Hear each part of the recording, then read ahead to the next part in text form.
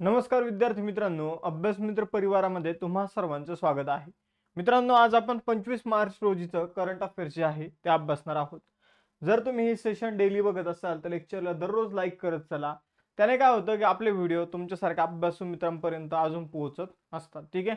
चॅनलला सबस्क्राईब करून ठेवा आणि बेल आयकॉनवर क्लिक करून ठेवा, म्हणजे डेली तुम्हाला लेक्चरचं नोटिफिकेशन मिळत जाईल. तर महत्त्वाचे क्वेश्चन आजच्या सेशनमध्ये बघणार आहोत. सेशन सुरू करण्यापूर्वी राज्यसेवा पूर्व परीक्षा साठी आपण विजयश्री नावाची बॅच सुरू केलेली आहे. बॅचचा कालावधी 6 महिन्याचा आहे, ज्यामध्ये live lecture plus recorded lecture plus test series plus notes plus personal guidance सुद्धा तुम्हाला मिळणार आहे. ठीक आहे. या सगळ्या बॅचेस परीक्षेनुसार आपण सुरू केलेले आहे, जसे की गट क पूर्व परीक्षेसाठी लक्ष बॅच, कंबाईन गट ब मुख्य परीक्षेसाठी यशस्वी बॅच, राज्यसेवेची आणि कंबाईनची फाउंडेशन बॅच, ज्यामध्ये pre plus mains plus interview, त्याचबरोबर प्रत्येक शिक्षक जो आहे तो मुलांना पर्सनली गायडन्स सुद्धा करत आहे. ठीक आहे. तर अशा प्रकारचे या बॅचेसमध्ये नोट्स आणि टेस्ट सिरीज इन्क्लूड आहे. मित्रांनो, नोट्स तुम्ही सेपरेट पण परचेस करू शकता. तुम्हाला फक्त आपलं ॲप्लिकेशन डाउनलोड करायचं अभ्यास मित्र, त्यानंतर टेलिग्राम चॅनल आणि इंस्टाच्या पेजला फॉलो करून ठेवायचं आहे. सुरुवात करूया आजच्या 25 मार्च रोजीच्या करंट अफेअर्सला. पहिला आणि अत्यंत महत्त्वाचा क्वेश्चन जो तुमच्या समोर आहे, 59वा ज्ञानपीठ पुरस्कार 2025 कुणाला दिला जाणार आहे? तर 59वा ज्ञानपीठ पुरस्कार जो आहे मित्रांनो, तो विनोद कुमार शुक्ला यांना मिळालेला आहे. ठीक आहे. तर जाहीर झालेला आहे बघा, विनोद कुमार शुक्ला यांना 59वा ज्ञानपीठ पुरस्कार. बघा, हा 2025 मध्ये दिला जाणार आहे, पण हा 2024 या वर्षासाठी दिला जाणार आहे. 2025 मध्ये कोणत्या वर्षासाठी? 2024 साठी. ठीक आहे. तर 59वा ज्ञानपीठ पुरस्कार आहे जो मिळालेला आहे विनोद कुमार शुक्ला यांना. आपण जर बघितलं ते छत्तीसगडचे पहिले लेखक आहे ज्यांना हा पुरस्कार देण्यात आलेला आहे. यांना हा पुरस्कार हिंदी भाषेतील लेखनासाठी मिळालेला आहे. कोणत्या भाषेतील?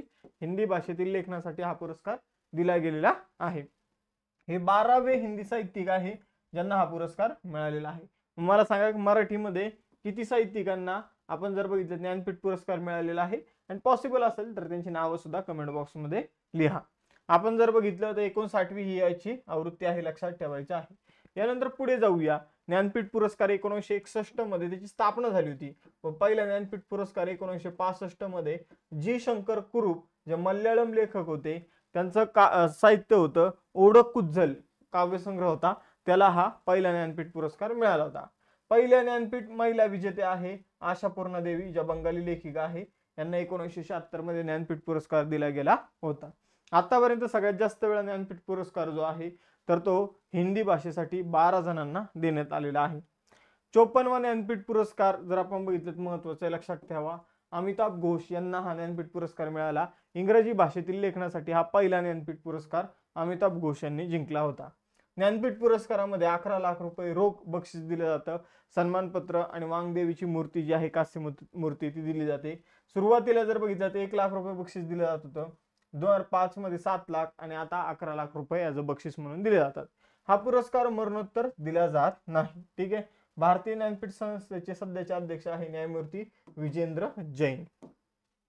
यानंतर दुसरा क्वेश्चन आहे, 75वा जागतिक हवामान दिवस जो आहे मित्रांनो, तर तो कधी सेलिब्रेट करण्यात आला? तर 75वा जागतिक हवामान दिवस जो आहे मित्रांनो, तो 23 मार्च रोजी सेलिब्रेट करण्यात आलेला आहे. तर 23 मार्चला जर आपण बघितलं तर जागतिक हवामान दिवस जो आहे तो सेलिब्रेट करण्यात आला. याचा मुख्य उद्देश जो आहे तो हवामान, ठीक आहे, आणि पाण्याचं महत्त्व जे आहे त्याविषयी जागरूकता निर्माण करणं. आपण जर बघितलं मित्रांनो, तर हा जो जागतिक हवामान दिवस जो आहे, ठीक आहे, जागतिक हवामान दिवस जो आहे तर त्याविषयी अजून काही जाणून घेऊया. जसं की याची जी स्थापना आहे तर ती जागतिक हवामान संघटनेची स्थापना जी आहे ती 23 मार्च 1950 ला झाली होती. ठीक आहे. त्यामुळं 23 मार्च हा जो दिवस आहे, 23 मार्च, ठीक आहे, 23 मार्च हा जो दिवस आहे तो आपण जागतिक हवामान दिवस म्हणून सेलिब्रेट करतो. ठीक आहे. तर लक्षात ठेवायचंय तुम्हाला सगळ्यांना की 23 मार्च 1950 ला जागतिक हवामान संघटनेची स्थापना झाली होती. त्या स्मरणार्थ 23 मार्चला हा दिवस सेलिब्रेट केला जातो. आपण जर बघितलं तर जागतिक हवामान दिन पहिल्यांदा 1951 मध्ये सेलिब्रेट करण्यात आला होता. याची ही 75वी आवृत्ती, त्यामुळे प्रश्न विचारला जाऊ शकतो. थीम आहे closing the early warming gap together. ठीक आहे. अत्यंत महत्वाचा हा दुसरा क्वेश्चन सुद्धा ठरतो, कारण 75वी गोष्ट आहे. 25वी, 50वी, 75वी, 100वी या अत्यंत महत्त्वाच्या गोष्टी असतात. मग आपण जर बघितलं तर याच्यावर आपल्याला प्रश्न विचारला जातो. तर मग 75वा जागतिक हवामान दिवस 23 मार्च रोजी सेलिब्रेट केला जातो. याची स्थापना जी आहे ती 23 मार्च 1950ला जागतिक हवामान संघटनेची स्थापना झाली होती. त्याच्या स्मरणार्थ नेक्स्ट इयर पासून 1951 पासून हा दिवस सेलिब्रेट करण्यात येऊ लागला. Closing the early warming gap together याची थीम आहे.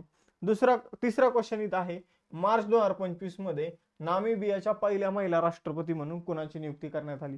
नामिबियाच्या पहिल्या महिला राष्ट्रपती बनलेल्या आहे नेटुम्बो नंदी नंदेवतवाह. ठीक आहे, तर नेटुम्बो नंदी आपण एवढंच म्हणूया. तर नेटुम्बो नंदी जे आहे ते नामिबियाच्या पहिल्या महिला राष्ट्राध्यक्ष बनलेले आहे. अगेन मोस्ट इम्पॉर्टंट क्वेश्चन, आपण जर बघितलं तर त्यांनी नंगोलो मौम्बा यांची जागा घेतलेली आहे. आपण जर बघितलं नामिबियाच्या या 5व्या राष्ट्रपती आहे आणि पहिल्या महिला राष्ट्रपती आहे, हे लक्षात ठेवायचं आहे. ठीक आहे, आपण जर बघितलं तर डिसेंबर 2024 मध्ये ज्या काही निवडणुका झाल्या होत्या त्यामध्ये त्यांनी विजय मिळवलेला आहे. त्या निवडणुकाचे निकाल जे आहे ते आलेले आहे. आणि नेटुम्बो नंदी जे आहे तर त्या नामिबियाच्या पहिल्या महिला राष्ट्रपती बनलेल्या आहे. नामिबियाविषयी जी माहिती ती बघूया. आफ्रिका खंडात नामिबिया येतो. एकदम साऊथला जर बघितलं तर साऊथ आफ्रिकेच्या बाजूलाच तुम्हाला नामिबिया बघायला मिळेल. ठीक आहे, आपण जर बघितलं तर जो आफ्रिका खंडामध्ये पश्चिम साईडला नामिबिया देश तुम्हाला बघायला मिळेल. विंडहोक राजधानी आहे. नामिबियन डॉलर चलन आहे. आता नेटुम्बो नंदी या काय बनलेले आहे तर राष्ट्रपती बनलेले आहे. नामिबियाच्या शेजारी अंगोला, झांबिया, बोत्सवाना, दक्षिण आफ्रिका देश बघायला मिळतात.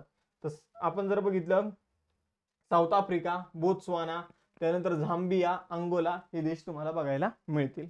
त्यानंतर जर बघितलं तर नामिबियातून आपण चित्ते आणलेले आहे आणि त्यांना आपण कुनो नॅशनल पार्क मध्ये ठेवण्यात आलेले. कुनो नॅशनल पार्क कुठं आहे तर मध्य प्रदेशमध्ये आहे. नामिबियामध्ये आपल्याला एक फेमस जमात बघायला मिळते. त्या जमातीचं नाव आहे बुशमन जमात. काय नाव आहे? बुशमन जमात. तर नामिबिया आणि झांबियामध्ये असणारी फेमस जमात कोणती आहे तर बुशमन जमात. नामिबियाच्या किनाऱ्यावर वाहणाऱ्या थंड वाऱ्यांना काय म्हणतात तर बेंगुल्ला धारा. त्याला काय म्हटलं जातं? बेंगुल्ला धारा. यानंतर पुढे जाऊया.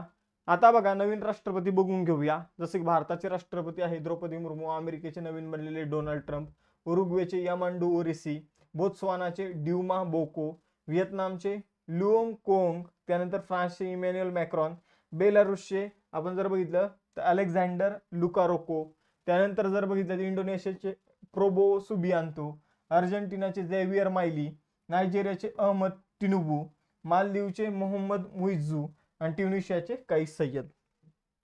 यानंतर चौथा क्वेश्चन आहे, मार्च 2025 मध्ये केंद्रीय लोकसेवा आयोग म्हणजे UPSC याचे सहसचिव म्हणून कुणाची नियुक्ती करण्यात आलेली आहे? तर मित्रांनो बघा, केंद्रीय लोकसेवा आयोग जो आहे UPSC जो आहे तर त्याचे सहसचिव म्हणून विजय प्रताप सिंह यांची नियुक्ती करण्यात अनुज कुमार सिंह जे आहे इथं सिंह वरून कन्फ्युज झालं. तर अनुज कुमार सिंह यांची नियुक्ती करण्यात आलेली आहे. अनुज कुमार सिंह जे आहे तर ते आता UPSC मध्ये सहसचिव म्हणून काम करणार आहे. ठीक आहे, तर सहसचिव अत्यंत महत्वाचं पद आहे. UPSC कॉन्स्टिट्यूशनल बॉडी आहे. भारतीय राज्यघटनेच्या कलम 315 नुसार तिची स्थापना करण्यात आलेली आहे. आपण जर बघितलं तर अनुज कुमार सिंह जे आहे ते Indian railway services of electrical engineers 2009च्या बॅचचे अधिकारी आहे. आपण जर बघितलं UPSC ची तरतूद भाग 14 मध्ये भारतीय राज्यघटनेच्या 315 ते 323 कलमामध्ये करण्यात आलेली आहे. 1 ऑक्टोबर 1926 ला आपण जर बघितलं तर UPSC ची स्थापना जी आहे केंद्रीय लोकसेवा आयोगाची स्थापना करण्यात आली होती ली कमिशनच्या शिफारसीनुसार. नवी दिल्लीमध्ये मुख्यालय आहे. प्रीती सुदान सध्याच्या अध्यक्ष आहे. पहिले अध्यक्ष होते सर रॉस बेकर. ठीक आहे, आपण जर बघितलं 335 कलमानुसार UPSC ची स्थापना करण्यात आलेली आहे. UPSC च्या अध्यक्षाची नियुक्ती जी आहे ती राष्ट्रपती मार्फत केली जाते. UPSC च्या अध्यक्ष पदावर 6 वर्षे किंवा वयाची 65 वर्ष पूर्ण होईपर्यंत राहतात. यापैकी जे आधी कंप्लीट होईल तेवढा त्यांचा कालावधी असेल. ठीक आहे, संघ लोकसेवा आयोग दरवर्षी आपला अहवाल राष्ट्रपतीला सादर करतात. राष्ट्रपती तो अहवाल संसदेमध्ये मांडतात.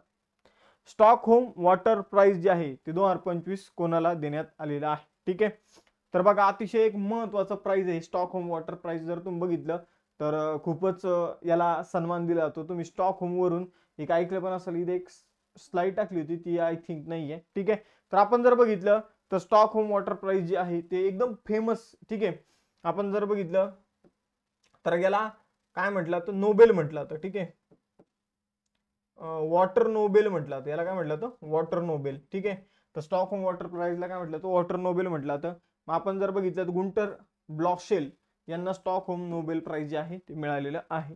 आपण जर बघितलं तर व्हिएन्नामध्ये राहतात गुंटर ब्लॉशेल, प्रख्यात हायड्रोजिओलॉजिस्ट आहे, आणि त्यांना आपण जर बघितलं का देण्यात आलं, तर हवामान बदलाअंतर्गत पुराच्या धोक्याची समस्येसंबंधी त्यांनी काय केलेलं आहे, तर त्यांनी जागरूक केलेलं आहे. ठीक आहे, पुराचा धोका कधी येऊ शकतो कधी नाही. ठीक आहे, त्यामुळं त्यांच्या संशोधनामुळं आपण जर बघितलं बरेचशा लोकांचे प्राण वाचलेले आहे, यासाठी त्यांना स्टॉकहोम वॉटर प्राईज देण्यात आलेले आहे. बघा इथं आहे, तर नोबेल प्राईज ऑफ वॉटर म्हणून सुद्धा याला ओळखलं जातं. ठीक आहे, तर हा जो पुरस्कार आहे जलविज्ञान व्यवस्थापन आणि संवर्धन, म्हणजे जलविज्ञान, जल व्यवस्थापन, जलसंवर्धन यामध्ये उल्लेखनीय कामगिरी करणाऱ्या व्यक्तीला दरवर्षी दिला जातो. 1991 मध्ये स्थापना झाली होती. दरवर्षी 22 मार्चला जागतिक जल दिनी हा पुरस्कार दिला जातो. महत्वाचे पुरस्कार आणि त्यांचे विजेते बघून घेऊया. प्रवाह आणि सारथी इनिशिएटिव्ह साठी डिजिटल ट्रान्सफॉर्मेशन अवॉर्ड RBI ला मिळाला. Gold mercury award Dalai Lama यांना मिळाला. एंजेला स्वामी या मिसेस युनिव्हर्स बनल्या. त्यानंतर जर बघितलं तर 7वा हॉकी इंडिया जमनलाल पुरस्कार जो आहे, जमनलाल शर्मा पुरस्कार प्रसार भारतीला मिळाला. हॉलबर्ग प्राइज जे आहे ते गायत्री चक्रवर्ती स्पिवॉक यांना मिळालं, नॉर्वेचं Holberg prize. Asian film awards मध्ये सर्वोत्कृष्ट चित्रपट ठरला all we imagine as a light, Maharashtra Bhushan पुरस्कार मिळाला राम सुतार यांना. युनायटेड किंगडम सरकारकडून जीवन गौरव पुरस्कार मिळाला चिरंजीवी यांना. डेन्मार्कच्या राजातर्फे knight cross of the order of Dannebrog हा पुरस्कार विजय शंकर यांना मिळाला. त्यानंतर जर बघितलं पाणथळ क्षेत्राच्या विवेकपूर्ण वापरात वार्षिक प्रतिष्ठित रामसर पुरस्कार कोणी जिंकला, तर रामसर पुरस्कार जयश्री व्यंकटेश यांनी जिंकला. शॉर्टकट मध्ये लक्षात ठेवा. पाणथळ स्थळांचं संवर्धन करण्यासाठी हा पुरस्कार दिला जातो. 25व्या इंटरनॅशनल इंडियन फिल्म अकादमी अवॉर्ड जे आहे त्यामध्ये सर्वोत्कृष्ट चित्रपट ठरला लापता लेडीज. AM ट्युरिंग अवॉर्ड 2024 जो आहे तर तो कुणाला मिळालेला आहे, अँड्रू बार्टो आणि रिचर्ड सटन यांना मिळालेला आहे. त्यानंतर वंतरा संस्थेला राष्ट्रीय प्राणी मित्र पुरस्कार जो आहे त्याने सन्मानित करण्यात आलेला आहे. एनोरा चित्रपटाने 97 वैजके अकादमी अवॉर्ड्स जे आहे त्यामध्ये सर्वोत्कृष्ट चित्रपटाचा पुरस्कार जिंकला ऑस्करमध्ये. प्रित्झकर वास्तुकला पुरस्कार जो आहे तो लिऊ जियाकुन यांनी जिंकलेला आहे. पश्चिम बंगाल राज्य वन विभाग 2025च्या अहवालानुसार पश्चिम बंगालमध्ये एक शिंगी असलेल्या गेंड्यांची एकूण संख्या किती, तर पश्चिम बंगालमध्ये आता एक शिंगी गेंडे बनलेले आहे 392. ठीक आहे, त्यांची संख्या 392 वर गेलेली आहे, जी 2013 मध्ये 229 होती, 2022 मध्ये 347 झाली आणि आता 2025 मध्ये 392 वर पोहोचलेली आहे. पश्चिम बंगालमध्ये जर बघितलं गेंडे मुख्य करून जलद पारा राष्ट्रीय उद्यान आणि गोरुमारा राष्ट्रीय उद्यानामध्येच बघायला मिळतात. आपण जर बघितलं जलद पारामध्ये 331 आहे, गोरुमारामध्ये 61 गेंडे आपल्याला बघायला मिळतात. सगळ्यात जास्त गेंडे आपल्याला आसाममध्ये बघायला मिळतात 2600 प्लस. 2 नंबर पश्चिम बंगाल 392, 3 नंबर उत्तर प्रदेश 40. ठीक आहे, उत्तर प्रदेशमध्ये दुधवा राष्ट्रीय उद्यानामध्ये आणि आसाममध्ये काझीरंगा राष्ट्रीय उद्यानामध्ये गेंडे आपल्याला बघायला मिळतात. पश्चिम बंगाल विषयी जाणून घेऊया. 26 जानेवारी 1950 ला स्थापना. कोलकाता राजधानी, ममता बॅनर्जी मुख्यमंत्री, CV आनंद बोस राज्यपाल आहे. लोकसभेचे 42 तर राज्यसभेचे 16 तर विधानसभेच्या 294 जागा आपल्याला बघायला मिळतात. शेजारचे राज्य आहे सिक्कीम, बिहार, झारखंड, ओडिशा, आसाम. आपण जर बघितलं तर शेजारी देश आहे बांगलादेश आहे. ठीक आहे, आपण जर बघितलं नेपाळ, भूटान हे सुद्धा पश्चिम बंगालच्या आजूबाजूलाच आहे, म्हणजे उत्तरेला. ठीक आहे, यानंतर जर बघितलं मित्रांनो तर राज्य प्राणी आहे फिश कॅट. त्यानंतर जर बघितलं पक्षी आहे व्हाईट थ्रोट कावडीला. चेटियन वृक्ष जो आहे तो राज्य वृक्ष आहे. राज्य फुल आहे हरसिंगार. ठीक आहे, त्यानंतर लोकनृत्य छऊ, गंभीर, कीर्तन, बाऊल, संथाल, लाठी नृत्य सुद्धा आपल्याला इथं बघायला मिळतं. सण नवरात्र, दुर्गापूजा, कालीपूजा, गंगासागर मेळा. ठीक आहे, पोहिला बैशाख, बंगाली नवीन वर्ष जे आहे ती सेलिब्रेट केलं जातं. तर आजच्या लेक्चर पासून अजून मी काही एक्स्ट्रा इन्फॉर्मेशन ऍड केलेली आहे. मग आता सांगा की ही कंटिन्यू करायची की बाकीचे लेक्चर प्रमाणेच इन्फॉर्मेशन ठेवायची. आज मी काही एक्स्ट्रा पॉईंट सुद्धा इथे ऍड करत आहे. ठीक आहे, वर्ल्ड ग्लेशियर डे जो आहे 2025 तो कधी सेलिब्रेट करण्यात आला, तर वर्ल्ड ग्लेशियर डे जो आहे मित्रांनो तो 21 मार्चला सेलिब्रेट करण्यात आला. 2025 चा वर्ल्ड ग्लेशियर डे 21 मार्च रोजी सेलिब्रेट करण्यात आलेला आहे. संयुक्त राष्ट्र महासभेने डिसेंबर 2022 मध्ये 2025 हे वर्ष जे आहे ते आंतरराष्ट्रीय इंटरनॅशनल ग्लेशियर आपण जर बघितलं तर संवर्धन वर्ष, ठीक आहे, संवर्धनाला काय म्हटलं जाईल तर प्रिव्हेन्शन, ठीक आहे. तर इंटरनॅशनल ग्लेशियर प्रिव्हेन्शन इयर म्हणून त्याला सेलिब्रेट केलं जाणार आहे. तर आपण मराठीमध्ये म्हणूया आंतरराष्ट्रीय हिमनदी संवर्धन वर्ष जे आहे, कन्झर्वेशन म्हटलं जाईल संवर्धनाला, तर इंटरनॅशनल ग्लेशियर कन्झर्वेशन इयर म्हणून सेलिब्रेट केलं जाणार आहे 2025. तर हे तुम्हाला लक्षात ठेवायचं आहे. तर हिमनद्या ज्या आहेत त्यांना ग्लेशियर म्हटलं जातं. तर हिमनद्याचं महत्व अधोरेखित करण्यासाठी हा दिवस सेलिब्रेट केला जातो, ठीक आहे.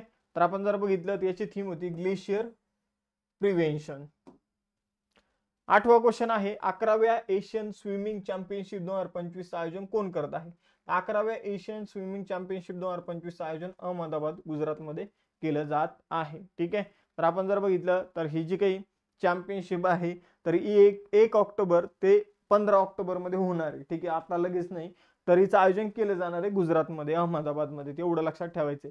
भारतीय जलतरण महासंघ जे आहे तर ही स्पर्धा गुजरातमध्ये अहमदाबादमध्ये आयोजित करणार आहे.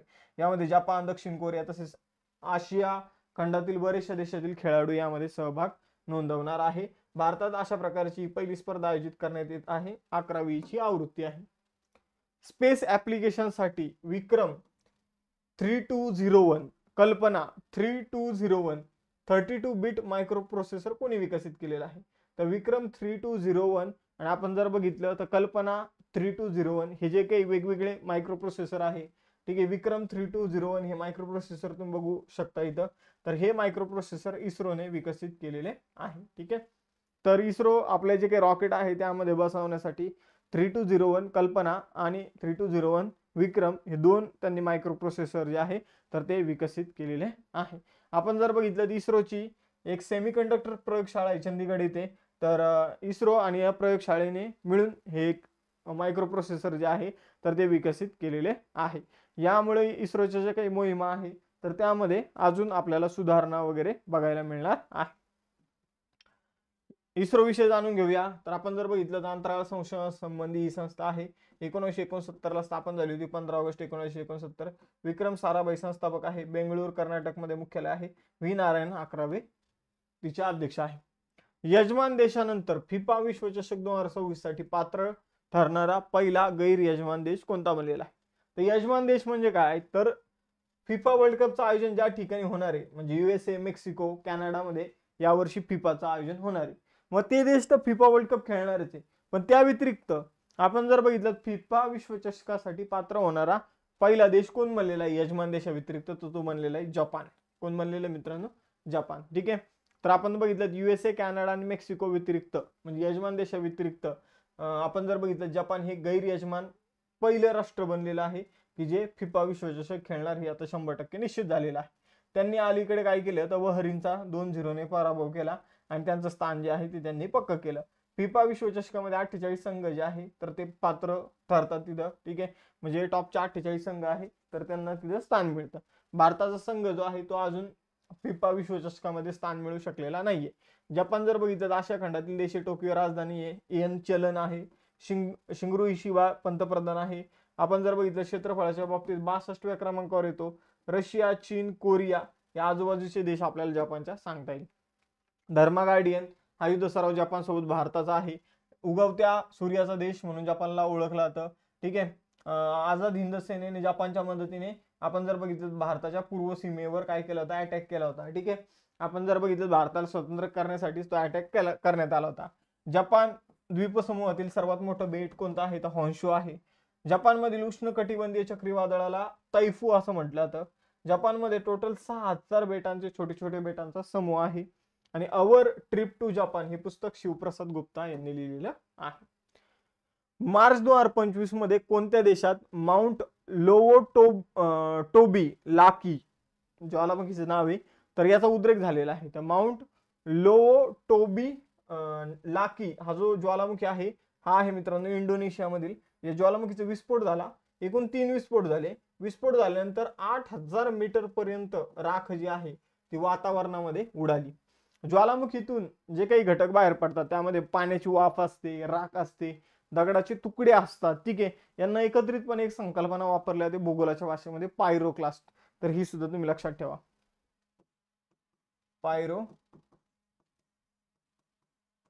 पायरोक्लास्ट. यानंतर पुढे जाऊया. ठीक आहे, 21 मार्च 2025 ला भूकंप झालेले आहे. 3 वेळा भूकंप झालेले आहे. 3 वेळा ज्वालामुखीचा विस्फोट झालेला आहे आणि ते शेकडो 100हून अधिक भूकंप त्यानंतर आलेले आहे. आपण जर बघितलं तर इंडोनेशियाच्या सुंद्रा सामुद्रधुनीमध्ये असलेल्या कोणत्या ज्वालामुखीमध्ये सगळ्यात शक्तिशाली ज्वालामुखीचा विस्फोट झालेला आहे? तर क्राकाटावा. ठीक आहे, तर हा तो ज्वालामुखी आहे. युरेशियातील कोणत्या सक्रिय ज्वालामुखीचा उद्रेक झालेला आहे? युरेशिया म्हणजे आशियान रशियाच्या मध्ये असणारा. तर आपण जर बघितलं तर क्ल्युचेस्काया सोप्का. जगातील सर्वात सक्रिय ज्वालामुखी कोणता आहे? तर माउंट मेरापी. जगातील सर्वात उंच ज्वालामुखी कोणता आहे? तर माउंट कोटोपॅक्सी. ठीक आहे, जगातील सगळ्यात मोठा सक्रिय ज्वालामुखी 40 वर्षात प्रथमच उद्रेक झाला त्याचा माउंट लोआ, मौना लोआ.